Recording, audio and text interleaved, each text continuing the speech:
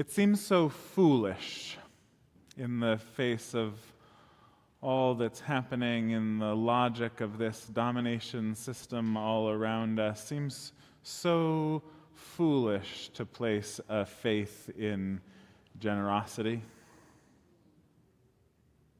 So I've been thinking about fools. I've been thinking about that story of Jack and the Beanstalk and Peter Mayer's way of telling it. Peter Mayer is a UU musician, singer-songwriter. He wrote that beloved anthem of ours, Blue Boat Home.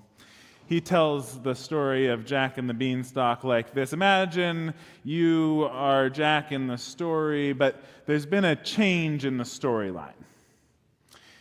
Instead of your mom, taking those beans and throwing them out the window and planting them for you, instead you've been given the responsibility yourself.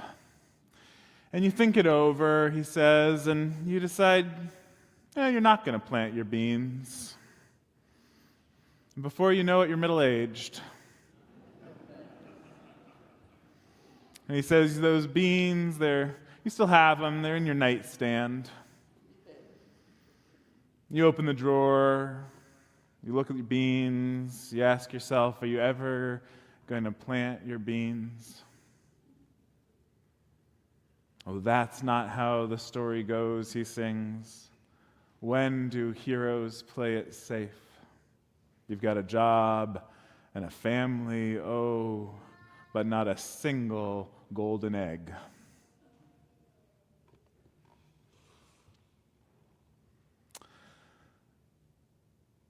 I spent some time in my 20s, especially working with an organization called the Faithful Fools in San Francisco. The Faithful Fools were started by Unitarian Universalist minister Kay Jorgensen and a Franciscan nun, Carmen Barsity, working together to develop a street ministry with a very foolish premise. And this is the origin story Kay would tell. She's among the ancestors now, but she would tell this story as the beginning of the Faithful Fools. It was a sunny day in Berkeley, California, and Kay was in seminary. This particular day, she was walking down Shattuck Avenue to get herself some lunch when she suddenly felt something hit her upper arm. She stopped and turned and saw a man standing at the bottom of the BART steps. That's downtown Berkeley BART station. He waved and pointed and yelled up at her, "They're down here!" And she looked down, and indeed there were 2 pennies. She reached down to pick them up and thought, well, now that's strange. She put them in her pocket and she went on her way. And when she got to the blue and gold grocery, she picked out a sandwich and then went back to the refrigerator section to get something to drink. And just then a man walked up to her and said, "You wouldn't happen to have 2 pennies, would you? If I just had 2 more cents, I could get myself this drink." And Kay, of course, did have 2 pennies, so she pulled them out of her pocket and she handed them to the man, and he bought his drink and left. And she'd end the story by saying, "That's when I knew it could work. That's when I knew this ministry of Faithful Fools would be a success." I've heard that story dozens of times and told it a few times, and I still feel like I don't quite understand it. It's such a bizarre moment and such a bizarre origin story for what is still a successful ministry. But there is this invitation, as in everything with the Faithful Fools, who do accompaniment in the streets of San Francisco, folks walking alongside those who are unhoused as they make decisions about how to organize their lives. You have to risk looking like a fool if you're going to plant your magic beans. No real change, no transformation, no love, when we talk about the kind of love that we hold at the center in our articulation of our Unitarian Universalist theology, no transformation comes without this risk.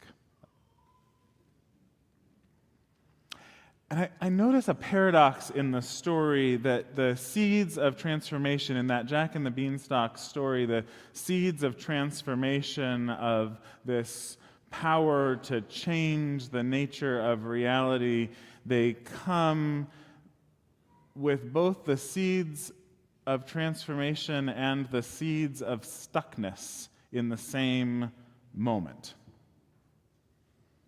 Those magic beans, with all their potential for mythic adventures and giant fighting and golden egg-laying geese in the sky, they also come with the humiliation of having sold a cow for beans. It's the same moment, same seeds. I think about that relationship between shame and pride, how some psychologists imagine that we develop these shame-based identifications growing up because of the ways that none of us are loved just the way we need to be. Shame-based identifications that then we create pride-based counter-identifications to mask, to get through.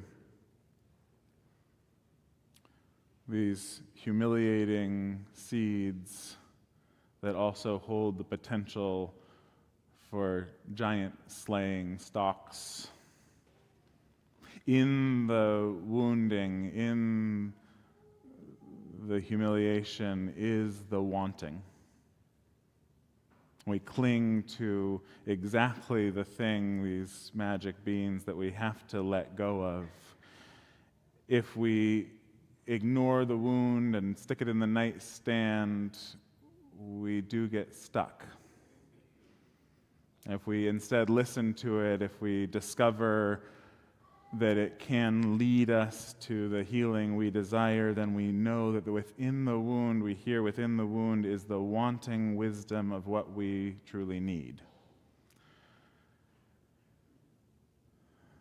Ignoring the wound saps us of our ability, our capacity to be generous, to participate in this never-ending cycle of mutuality, turning the generous gesture into a violation of one's own boundaries in an attempt to curry favor or being seen as good. Do you know that kind of generosity that I'm talking about? Generosity that's actually an overstretching of oneself.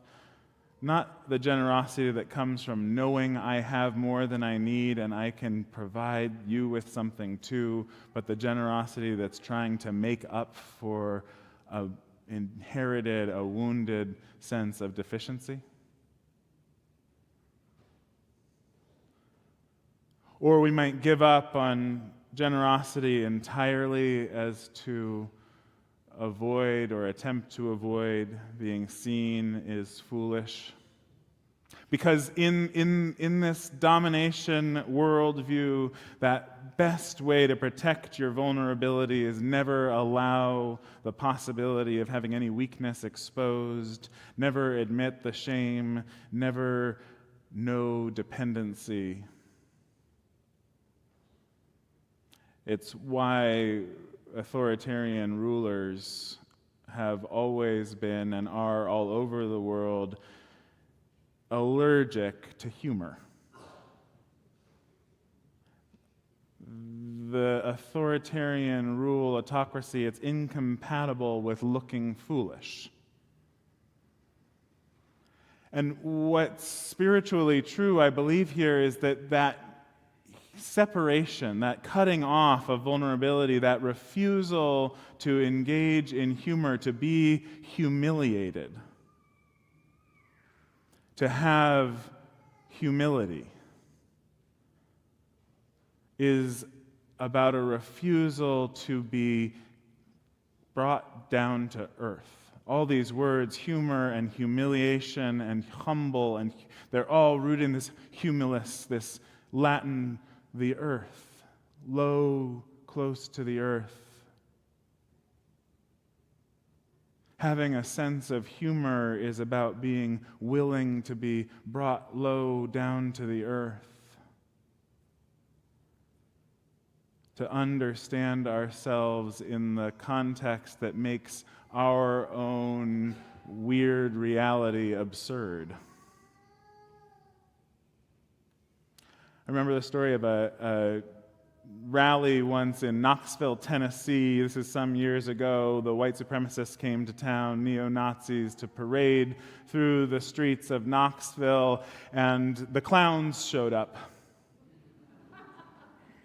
Real clowns. Clowns who knew they were clowns. And the clowns who knew they were clowns, they showed up not with angry slogans to chant back, but with playful, fun ideas about how to make a mockery of the whole thing. White power, the neo-Nazis shouted. White flour, the clowns shouted back, and threw clouds of white flour all around. White power, they yelled. Wife power, they shouted, and they had wedding dresses, white bridal gowns. Wife power? White power, they shouted. Tight showers, they said, and they held up a shower head and all crowded together underneath it.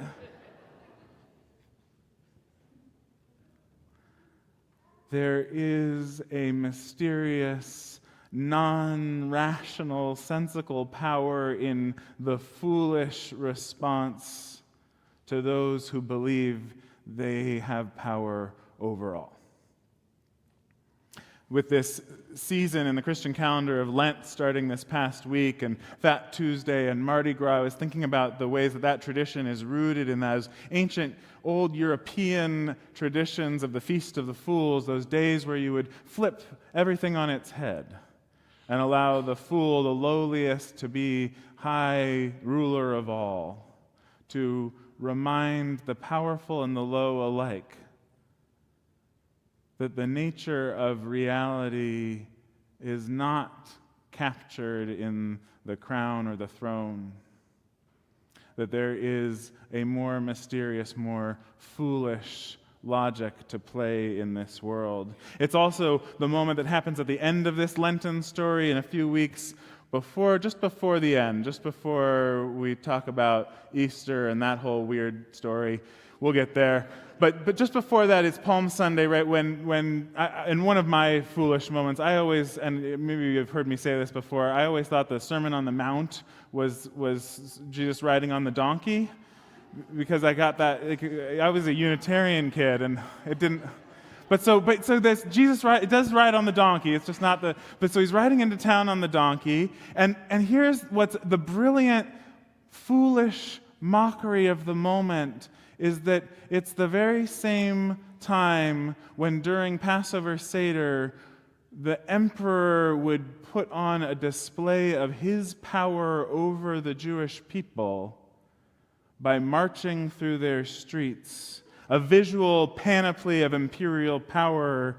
John Dominic Crossan and Marcus Borg describe it. Cavalry on horses, foot soldiers, leather armor, helmets, weapons, banners, golden eagles mounted on poles, sun glinting on metal and gold, sounds, the marching of feet, the creaking of leather, the crinkling of bridles, the beating of drums, the swirling of dust, the eyes of the silent onlookers, some curious, some awed, some resentful, this display of imperial power right at the midst of this holy feast. And here comes Jesus entering from exactly across town, the other side of town, wearing rags on a donkey and calling himself a king.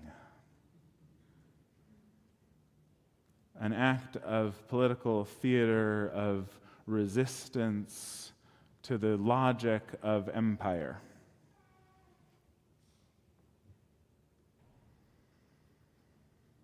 In a world run by an extreme kind of greed, it feels foolish to give anything away.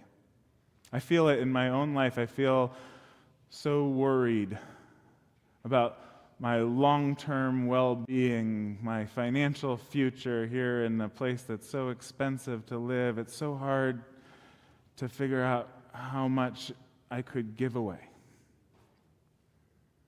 It feels foolish to give away anything in the face of all the danger. But what was ever really ours to begin with? Generosity, far from a foolish attempt to play at virtue in an unvirtuous world as they would describe it, a deviation from the natural order of greed and domination, of survival of the fittest. It is, in fact, more deeply of the natural order. The sun never says to the earth, "You owe me." In fact, despite all our thoughtless taking, the earth never says to us, "You owe me." This orientation toward a wild and thoughtless giving, it's part of the primordial nature of the cosmos. And so as the president toys with cryptocurrency and generally adds to the volatility and uncertainty of our lives, I am reminded that our deepest security, the greatest resources of resiliency, come not from our bank accounts, not from our financial investments, but from our investments in one another, in community, in the values that transcend our own lives. As trust erodes the social fabric around us, we can still make deposits here and now with one another.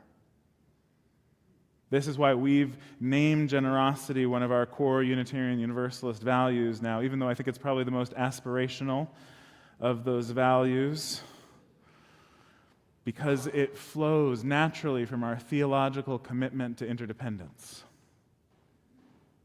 The last president of our association, Susan Frederick Gray, she would talk about in stewardship, it's easy to think about giving to church like one more subscription in your life, like another membership, like the gym membership where you need to pay because you're getting a benefit from it. And in one conception of reality, that sort of makes sense. But the truth is that leaves us with a transactional love that doesn't live up to our values or our theology. Because what happens when we think about our community in this way, and then we've been on a couple of vacations or gotten burnt out and we haven't been around in a while, and suddenly we get sick or a loved one dies. Do you not deserve the love of your community then? Or someone walks in for the first time, do they entering with a broken heart or an empty spirit, do they need to prove that they can contribute something before they are deserving of love and belonging? Of course not. And so instead, Susan says, it's not about paying for what you get here. You and I, we were given this gift by those who came before. Even the most tireless leaders among us, and I'm thinking about Kay Farewell, who I think is serving a third tour of duty on the board, second round as board president. Sure, yes, clap for Kay. Over 30 years of membership here, even those who've contributed a lifetime of service, when you arrived, you received something that had been cultivated by generations before, a faith tradition that echoes hundreds of years back in history, a community prepared for you as a gift that you did nothing, could do nothing to deserve or earn. Through the love we experience when we show up for a service or a chalice circle or to sing in the choir or serve on a committee or we sign a super card or we receive one in the mail, we find ourselves belonging to something greater, something that transcends a stewardship campaign or the next fiscal year, a religious movement carrying a lineage of magic beans, a vision for a world transformed by love.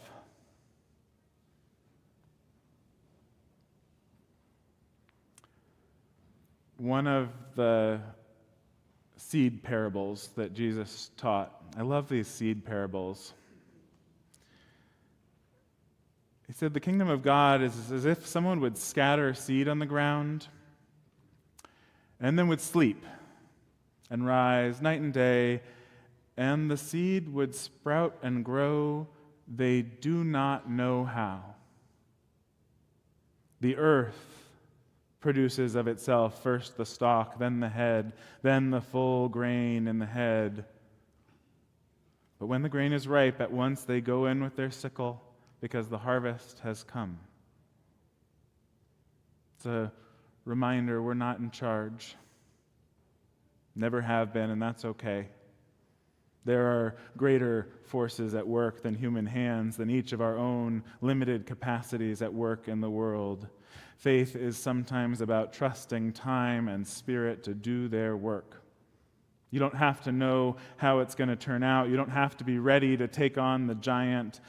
You just have to open your breaking heart one more time. Reach out your tender hands one more time. Risk once more being seen as a fool. Weep and rage at the state of things, yes, but also stay alert for the appearance of a magic penny. And let your love flow like the tears at all we are losing, watering the ground where you cast your hopeless, foolish, magic beans. May it be so, and amen.